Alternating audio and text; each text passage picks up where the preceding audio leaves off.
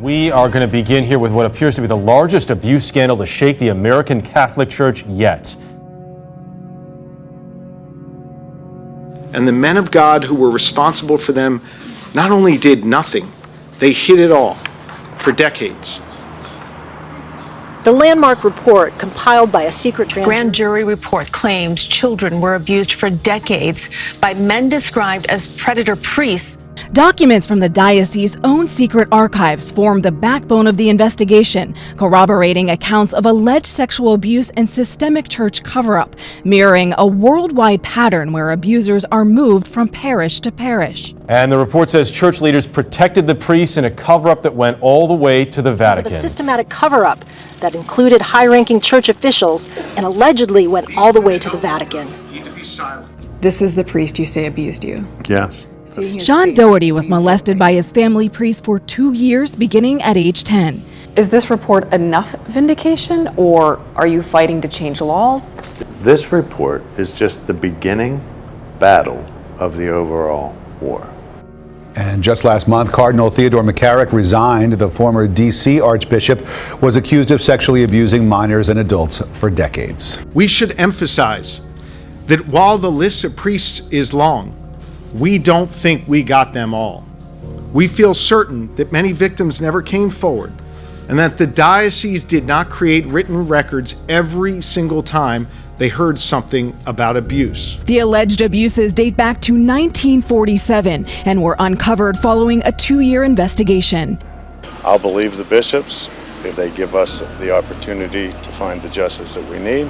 An apology isn't enough for Sean Doherty and other victims who are calling on lawmakers to change the statute of limitations and force the Catholic Church to finally pay for its sins. Predators in every diocese weaponized the Catholic faith and used it as a tool of their abuse. The grand jury investigation goes back 70 years and identified predator priests in 6 Catholic dioceses across Pennsylvania. Understand, Judy, this isn't a matter of interpretation back and forth.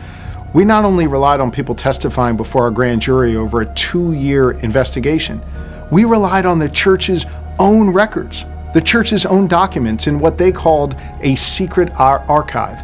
This is the report, nearly 900 pages long. The former bishop there, Cardinal Donald Wuerl, spoke to us before the report was released. I think the report is going to show that during my tenure, we acted very appropriately with many times removal from ministry totally and completely. Did you ever move priests quietly to another?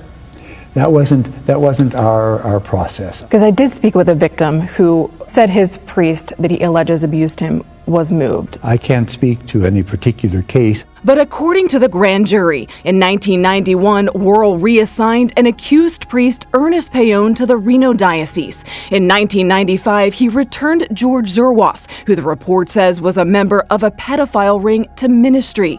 Wuerl even presided over Zerwas' funeral.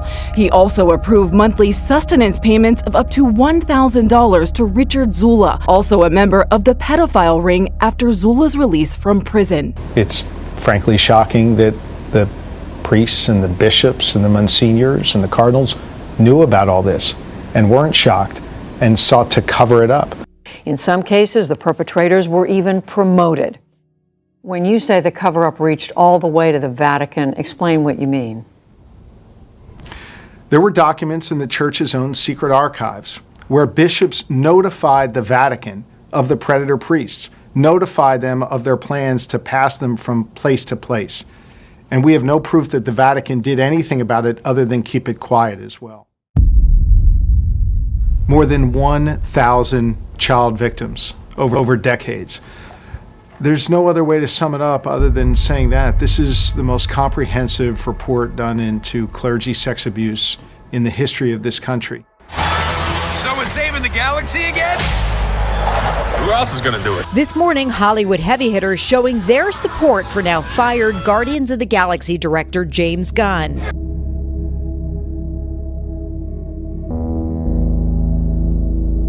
It's been almost 2 weeks since Disney fired director James Gunn for those tweets.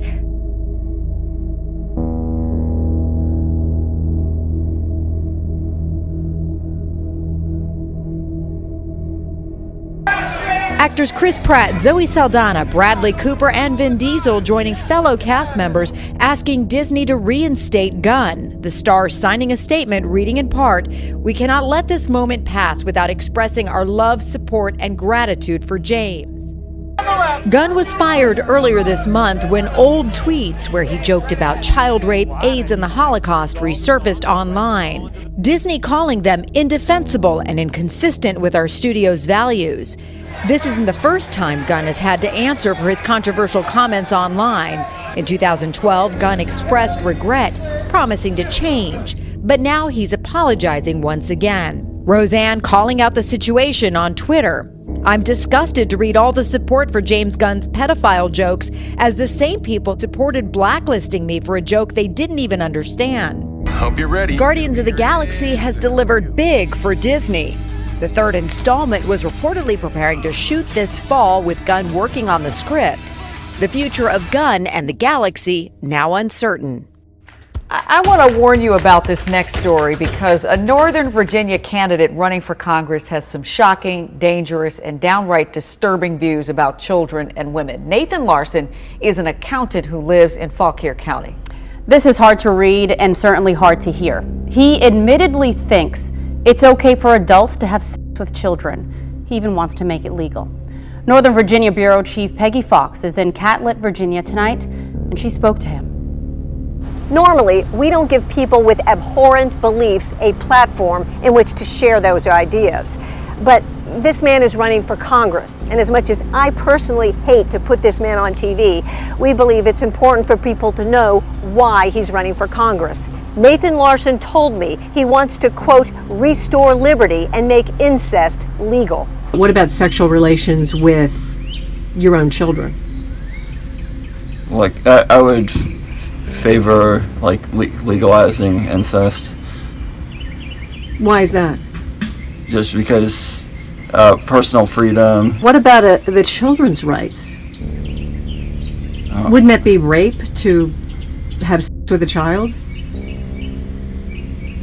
Well, like with girls, I mean, I just believe that it should be for fathers to make those decisions. And you don't find anything wrong with that? I mean, it's not for me to intrude on another family and tell them what they should do. Wouldn't that be really dangerous for children? I don't see how we know that. Children are human beings. They're not property. What about their protection? Oh, the law doesn't treat them as having the full rights of adults. Nathan Larson also told me he doesn't think wives should be allowed to accuse their husbands of rape.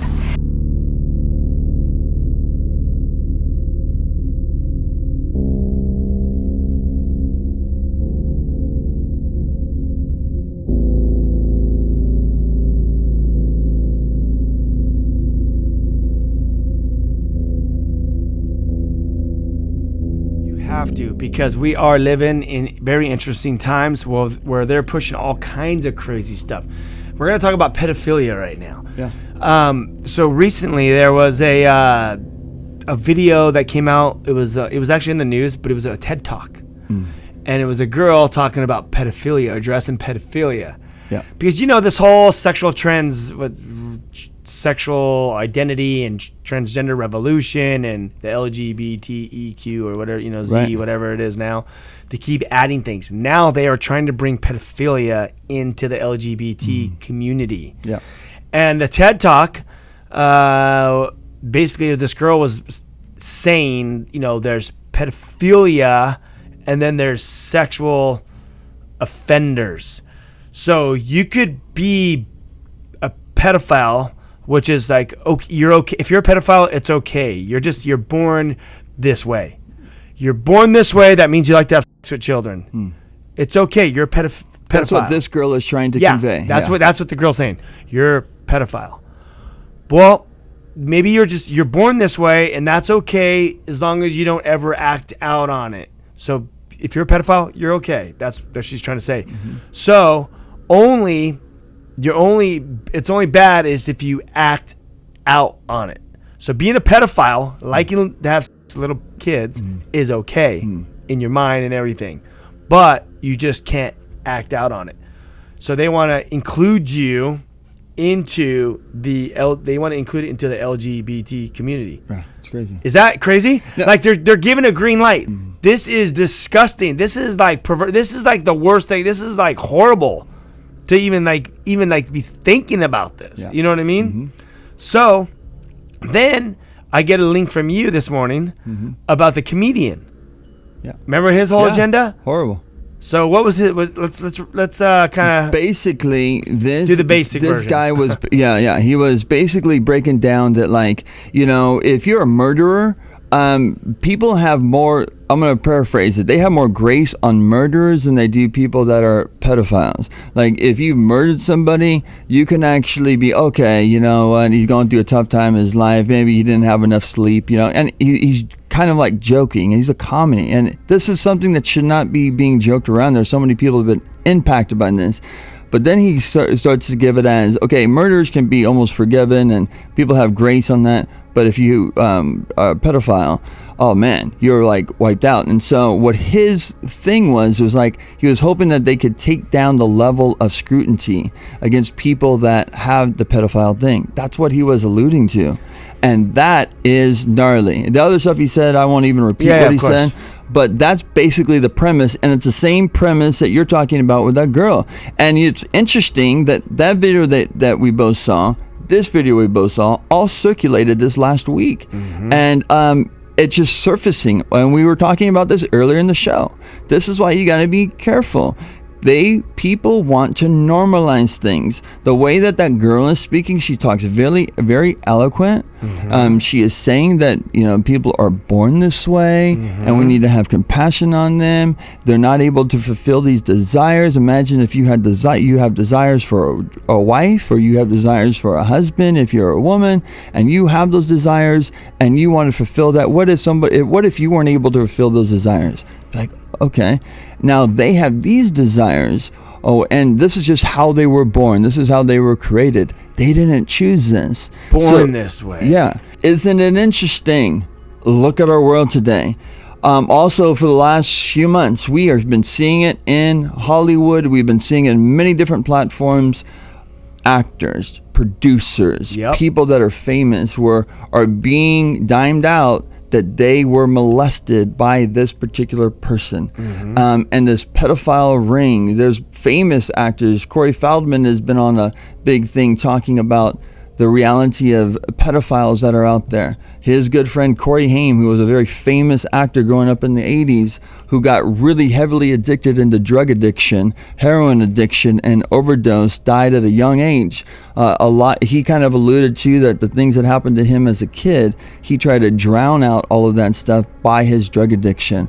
And make no doubt about it, being a pedophile is against the things of the Lord. It's nothing to play with. It is demonic. And whenever you deviate from what God has created, you will open yourself up for so much deception.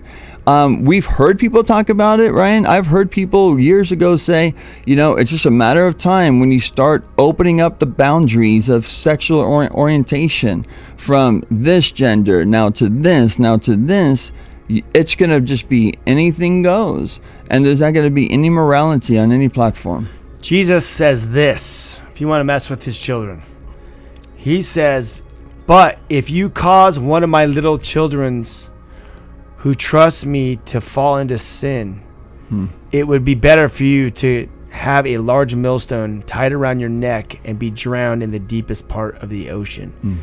Basically what he's saying is, if you cause one of them, if you lead them into a path of unrighteousness, or what's a better word, into a life of not following God, or introduce them to gnarly stuff, it's better for you to cast a millstone around your neck and throw yourself in the deepest part of the ocean. So imagine trying to come at a kid and to sleep with a kid.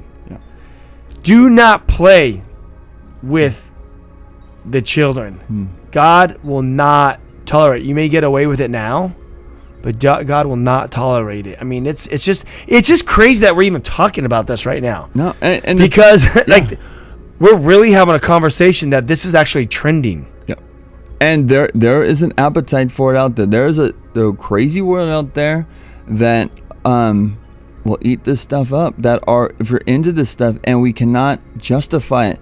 We got to pray for this nation because these things are going really, really quick.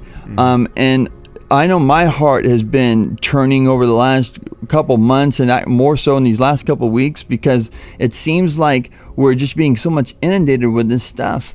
And because of, we've been saying about the social media and all that kind of stuff, man, there's so many good things that come from this communication, but also the enemy wants to take it and use it for destruction.